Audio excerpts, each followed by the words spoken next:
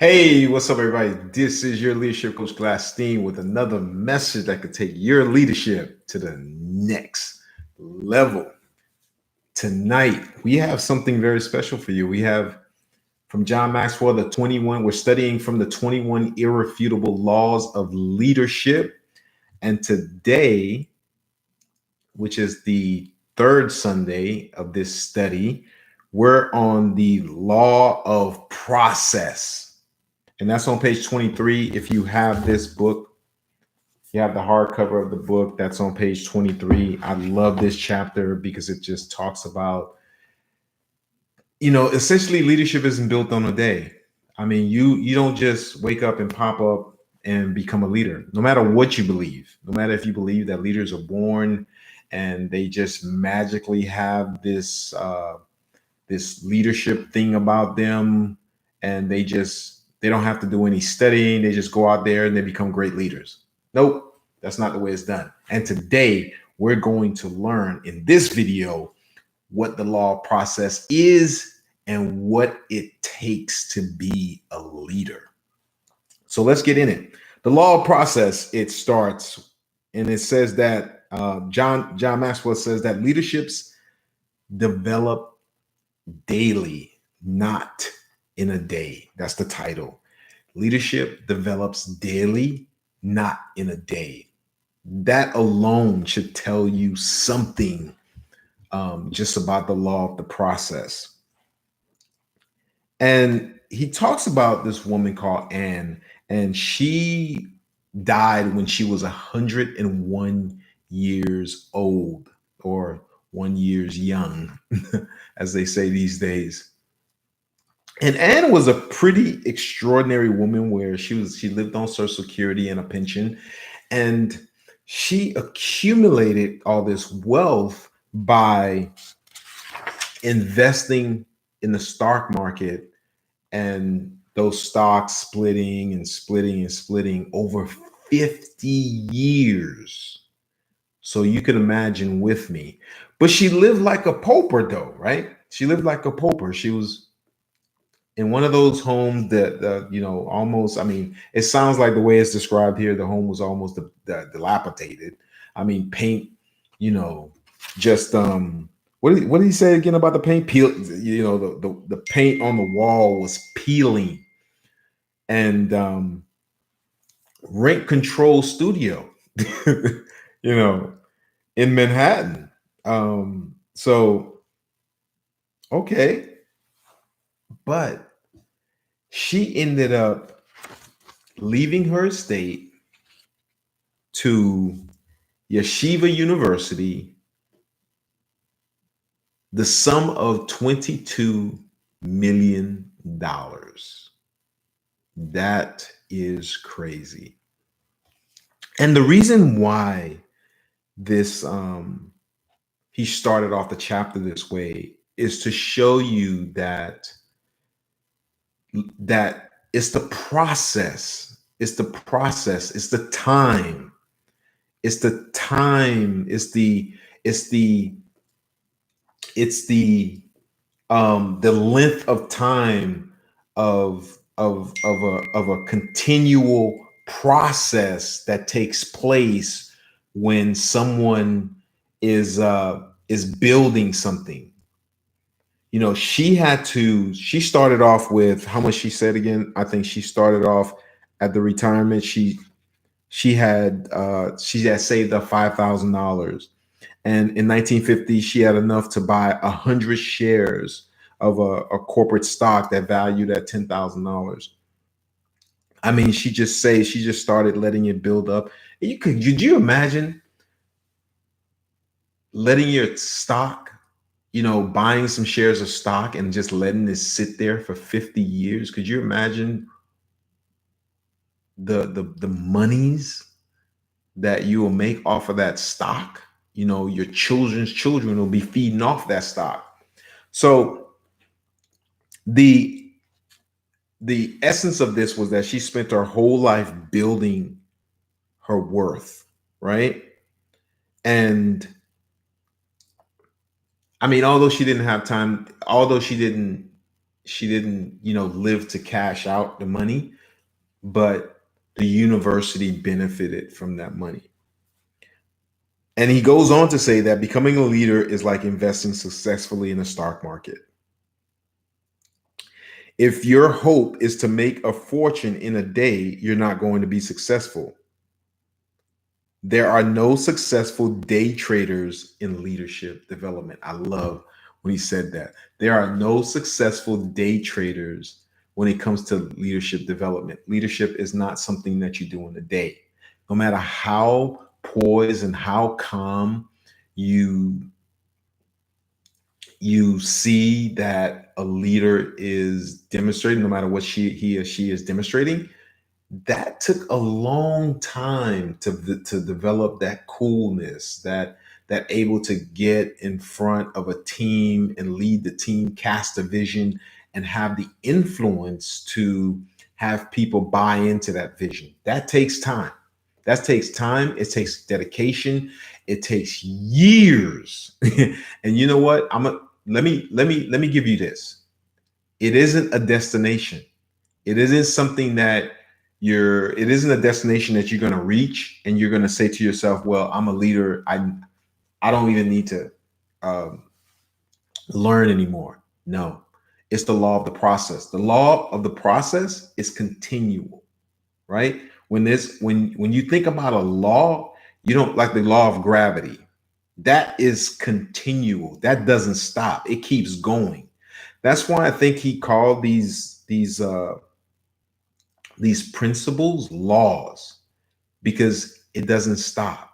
And you can bank on the law of the process. It will not stop. You will always have another level to reach in leadership. Let's go on. We'll talk more about that. And he goes on to say about investing your time. Leadership is like investing. It compounds. He says that if you take the time and see what a person is doing every day, day after day, you'll know who that person is and who who he or she is becoming. If you take the time to watch that person. I mean, John Maxwell has such a keen sense of simplicity when he's explaining, leadership. Like, he always says that if you go to John Maxwell and say, you know what, I want to be a leader, I want to be a great leader, and I want to do this, I want to be successful in everything, the first thing that he said that he will ask you is that, can he follow you around for a day? And if you give him the permission to follow you, he will see where your values lie, where your priorities lie. And with that, he will see the type of person that you are. If you're real when you're saying that you want to become this great leader, right? He says that when he goes to different conferences, people always ask him, "Are leaders born or are they made?" I mean, no, is there such thing as a born leader, essentially? And he always responds by saying that he's never met an unborn leader, right? We've never met an unborn leader, right? But the question the person is really asking is that if some people just naturally are born leaders and they don't have to learn anything and they just naturally know how to do it. And that's a myth. They don't. No one's born like that. Leadership is developed. Now, hear this. Some people, like you can see it in children, they do have this a slight bent towards leadership. They do have this way that they do things that that you can tell that this child is going to one day become a leader, right?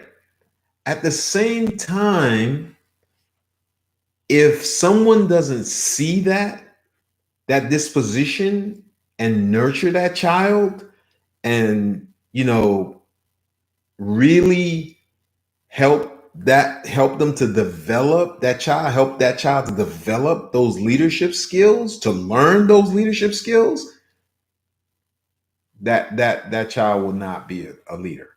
I don't care how much. No, no, because leadership is a set of skills. You have to learn. You don't just walk into a company and say that I'm going to take this company from from zero to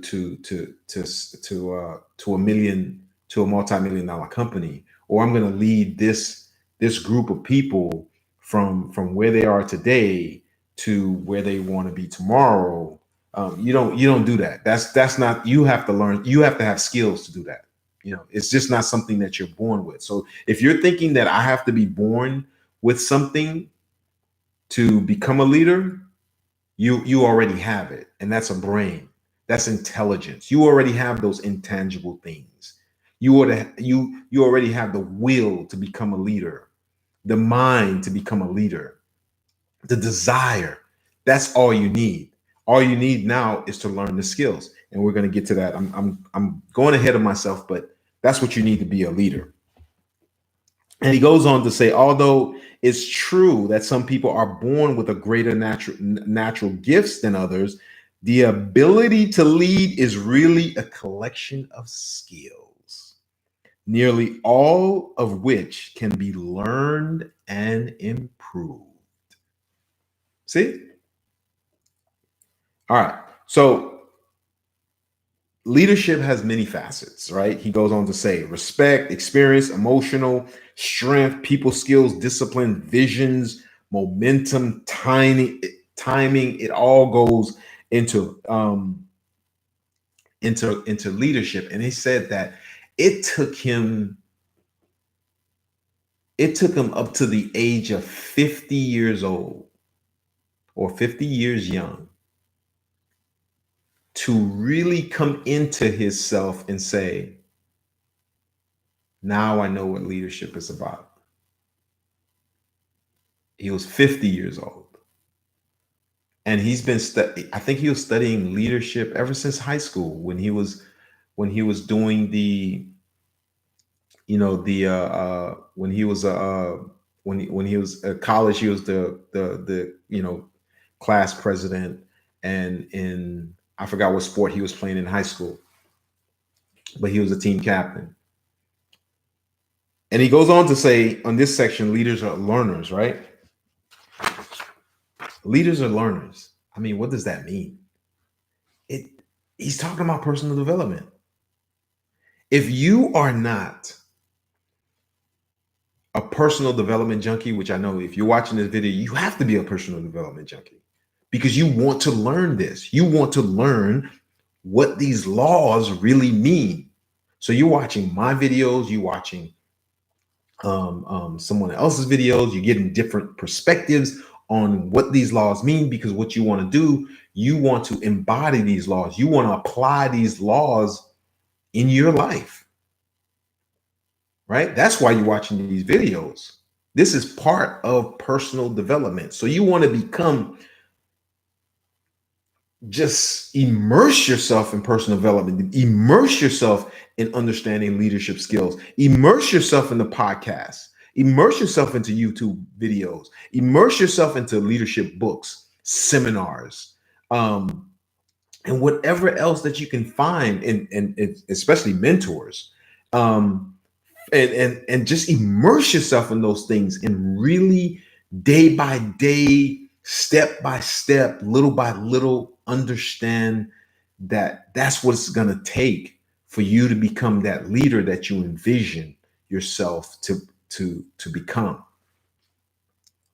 And he goes on to talk about when people he goes on to distinguish between an event and a process. There's sometimes when we have to understand that there's no quick fixes, right?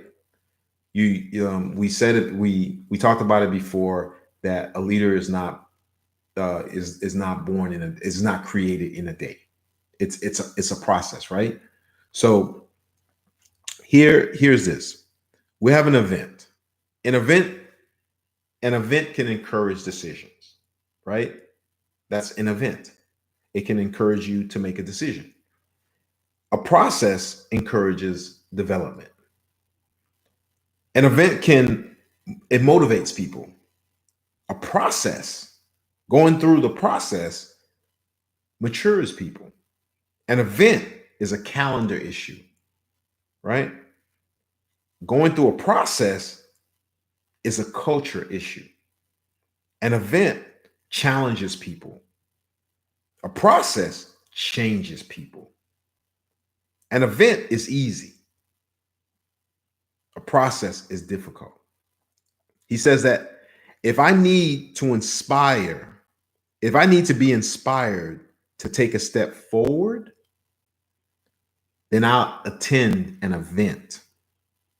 If I want to improve, then I'll engage in a process and stick with it.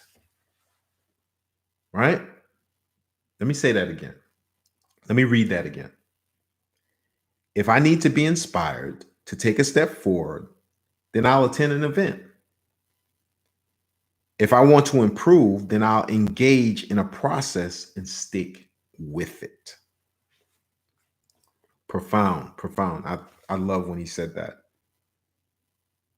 You know, it's if you want long-lasting improvement, if you want something to stick, if you want to grow, you don't focus on the event.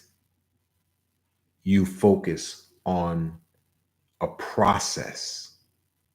All right? And we get it. And this whole thing is about the process. So we're good to go. So if you have any questions up to this point, drop it in the comments. If you're watching this on the replay, when you put in your comment, put hashtag replay and then ask your question so I can know how many people are seeing this on the replay. And don't be afraid to ask questions. And also drop your email in the comments section, and I'll send you a free gift on leadership. All right. Now we're on page 26. If you're following in the book, the phases of leadership growth. This is a very important phase, and I want to let you in a little secret that most people will totally miss this on these phases of leadership. There's 5 phases, right? Let's go to phase 1. I don't know what I don't know, right? You know, some people don't even recognize the fact that leadership is important. That's crazy. And here's the other thing. Some people don't recognize themselves as leaders, even if they're in leadership position. Moms, dads, big brother, big sister, auntie, even though they're in these positions of leadership, they are so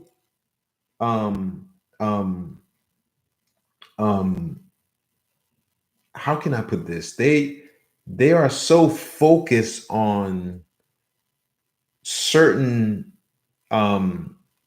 certain myths that they learned probably in school, television, that a leader should look like this, and a leader should be in this environment, a leader should be in that environment, a leader should be charismatic, a leader can't be an introvert, that they don't even count themselves as leaders. So they totally miss the whole the whole essence of leadership, and they count themselves out. Now that's crazy. Never count yourself out. You are a leader. You just need to develop more skills to become a better leader. You are a born leader. Let's go to phase two. I know that I need, before I go to phase two, I want to say something. Phase one says, I don't know what I don't know. That correlates, and I'm gonna share with you what I was saying about the secret, where no one has put these two together yet, and I'm putting them together here. You're hearing this for the first time, so if you listen to anything in this video, listen to these 5 phases, because I'm bringing this together with something. I'm gonna attach this to something that you really got to understand. Phase one is I don't know what I don't know. What does that sound like to you? Doesn't that sound like the process of learning? Remember the process of learning that says unconscious competence? Yeah. That's step one in the process of learning. You don't know what you don't know. Unconscious incompetence. Unconscious incompetence. And John Maxwell is following the process of learning. Watch. Look at this. Watch. Phase two. I know that I need to know. I know that I need to know. That's the second part. I know that I need to know. Now,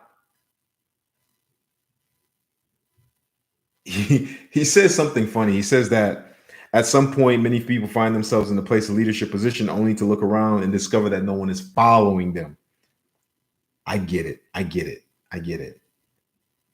Benjamin Disraeli said, to be conscious that you are ignorant of the facts is a great step forward. In leadership, when you suppose you just got promoted and you're finally a supervisor or a manager, and you have this realization that you are totally unprepared for this task, this journey, this new journey. But here's the good thing. Phase two says, I know that I need to know. Now you understand that you need to learn about leadership. You need to really understand leadership and development. You totally understand that now because you're in that position. That's what he means when he says that some people find themselves in place of a leadership position and they look around and discover that no one is following. That's what he means by that. That you find yourself in this position and then you finally realize that the importance of learning the skill sets of leadership, right? He says that being put in charge is not the same as being a leader. Being put in charge is not the same as being a leader. And that's what you learn, real fast when placed in a position of leadership. And that correlates with the second level of the learning process, which is conscious incompetence. You're conscious now that you don't know.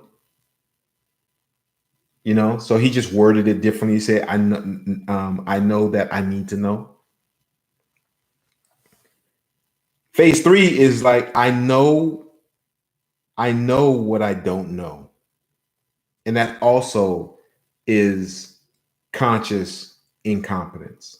It's still with phase in the learning process is still conscious incompetence. These two, phase 2 and 3, are just, they correlate with conscious incompetence. I know that I don't know. And he's just wording them differently, right? I know what I don't know, right? You struggle with your first leadership position, right? And you make a bunch of mistakes. A bunch of mistakes. And that's how you learn.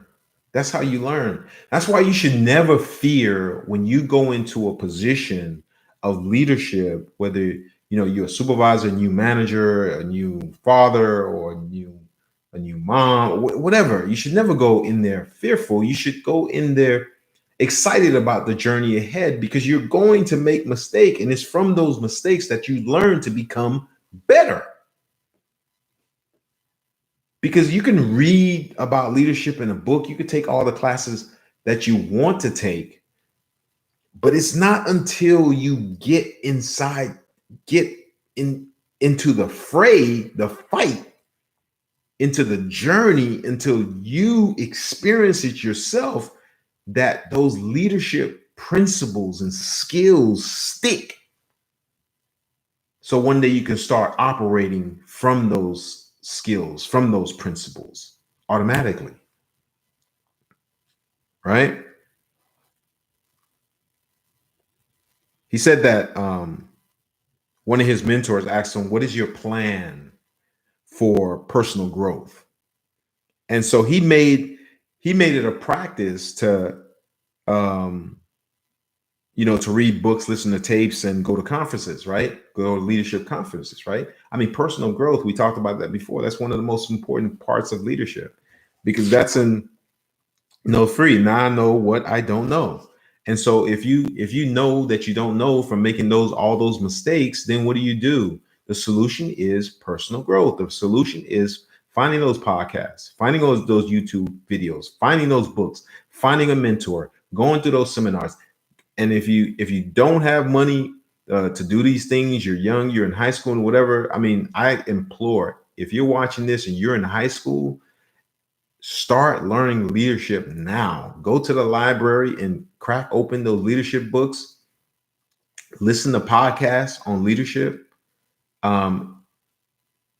Just do anything. There's free seminars in every state and city on leadership. Find a mentor, ask around, just try to get into the mindset of that you're going to be a lifelong student of leadership. Because without that, you will never become a great leader. You'll never become a great leader. But with that alone, with listening and reading and all this stuff alone, you still won't become a great leader.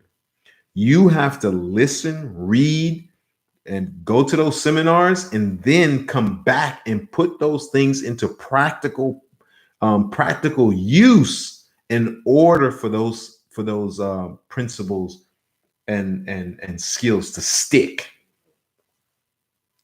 All right, you got that?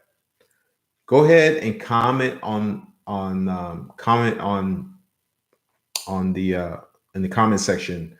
Go ahead and let me know, how are you learning leadership? What's your favorite method of learning leadership? Is it podcasts? Is it seminars? Is it books? Put that in the comment below. I'd love to know. All right, phase 4. Phase 4, I know and grow, and it starts to show. I know and grow, and it starts to show. This is the third level of the learning process. Conscious competence. You see it? I know and grow, and it starts to show. I'm consciously competent of what I'm doing right now. I'm a little bit, I'm learning to walk, and I'm learning that I got legs, and I'm a little wobbly, but I'm conscious that if I'm putting in the skills that I need to have a vision for my team, and I know I need to understand their values, and they need to understand my values and beliefs and everything before I can influence them. So you're starting to learn a little bit, and you're consciously, you're consciously competent now. You're not an expert. You're not a master yet. You're just putting into practice things that you've learned. All right, let's go on. It says that when you recognize your lack of skills and begin daily discipline of personal growth, exciting things start to happen. Right? He talks about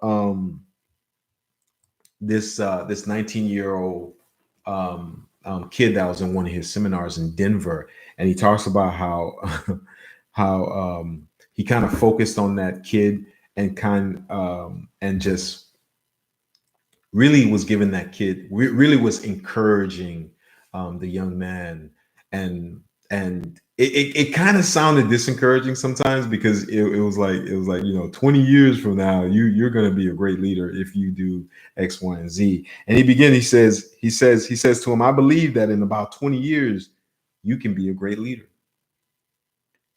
And he gave him some tools to help facilitate that. He said, read books, listen to tapes regularly, and keep attending seminars. And and then he goes to say, it's not going to be easy, but in 5 years, you'll see progress as your influence becomes greater. In 10 years, you'll develop a competence that makes your leadership highly effective. And in 20 years, when you're only 39 years old, if you continue to learn and grow, others will likely start asking you to teach them about leadership. 20 years, right? And he says, start developing your leadership today, and someday you will experience the effects of the law of process. So here in phase 4 is the embodiment of the law of process. You can become a leader in great. He's asking you to just look 20 years from now and envision yourself as that leader. By just making that statement to someone, he's asking you to envision yourself 20 years from now. You're a great leader. And then he's giving you the tools. Read books, seminars, podcasts, YouTube videos, blogs, whatever it takes to learn leadership, whatever it takes to put you into that personal development regimen of leadership.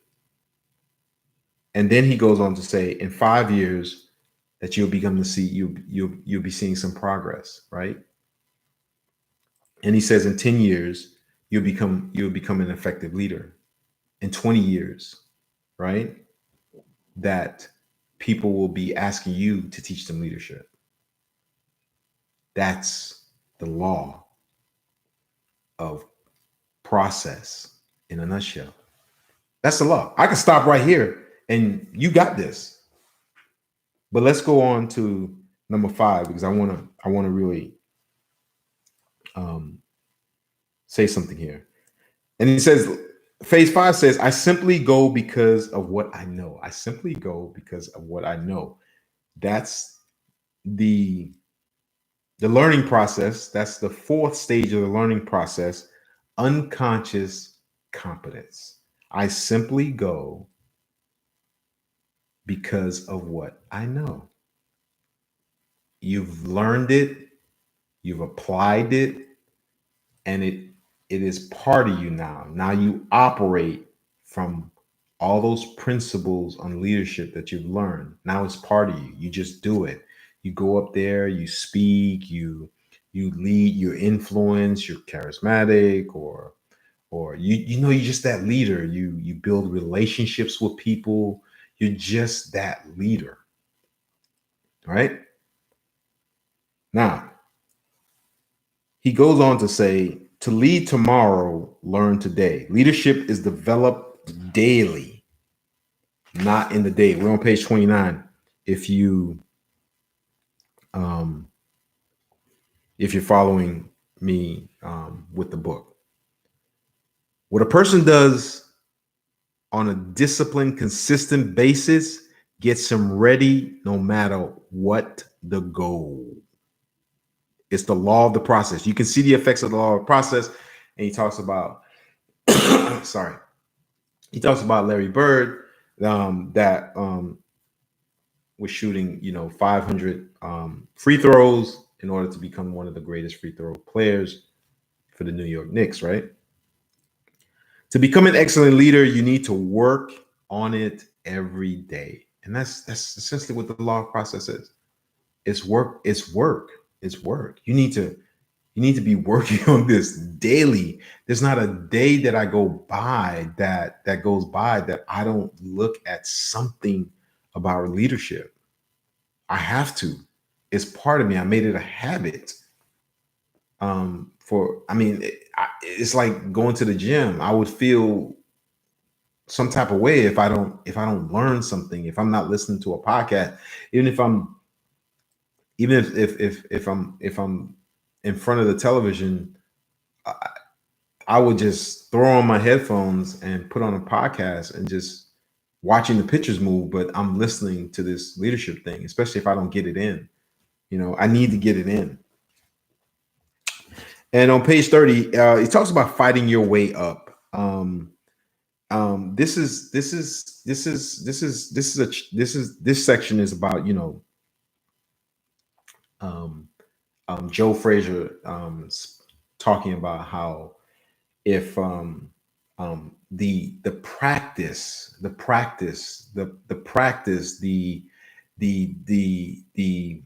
the hidden from sight exercise and developments, and you're reading and you're learning, you're struggling with this thing sometimes because there's concepts that you don't understand in leadership, and you're trying to understand this in the dark. When you get to the light, when you get in front of people, when you have that opportunity to lead, those things are going to come to you. You're going to have a remembrance that you're going to be so amazed of how you understand what to do.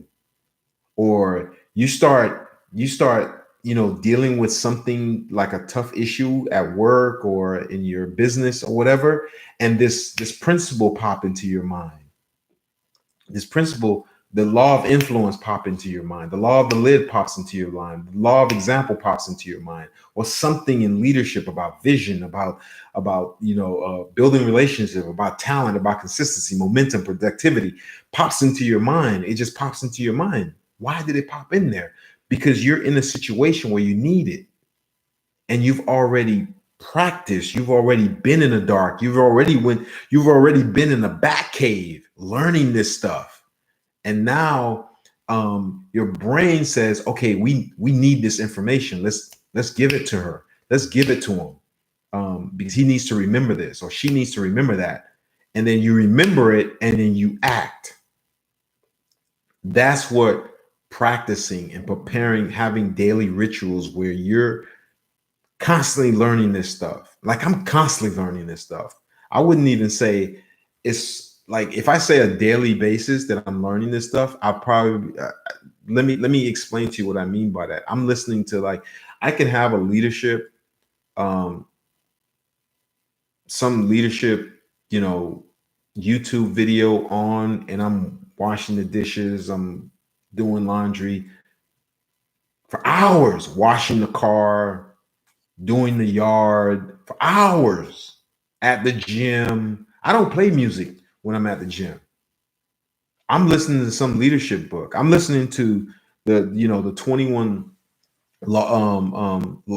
irrefutable laws of leadership, so I can get familiar with it. I listen to it again and again and again and again and again and again and again and again and again. And I tell you, I listen to this thing like 1,000 times.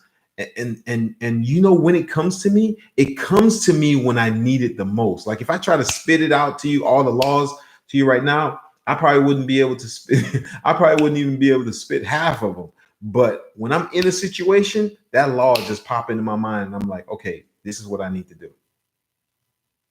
And I'm sure you can relate.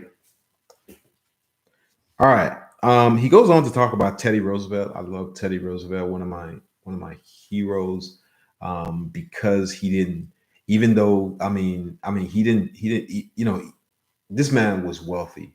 His family was wealthy, but he started off. He didn't have that wealth of health. He didn't have that wealth of eyesight. He didn't have those things that we take for granted, right? We take our health for granted. We take our bodies for granted. He didn't have none of that, right? But all he had was a will, and he had something else that was important.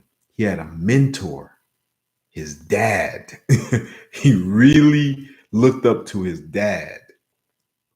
And Teddy Roosevelt, one of the things that they say about him, they said that he was the most bookish since John Quincy Adams. He was always learning something. He was always learning from the greats before him.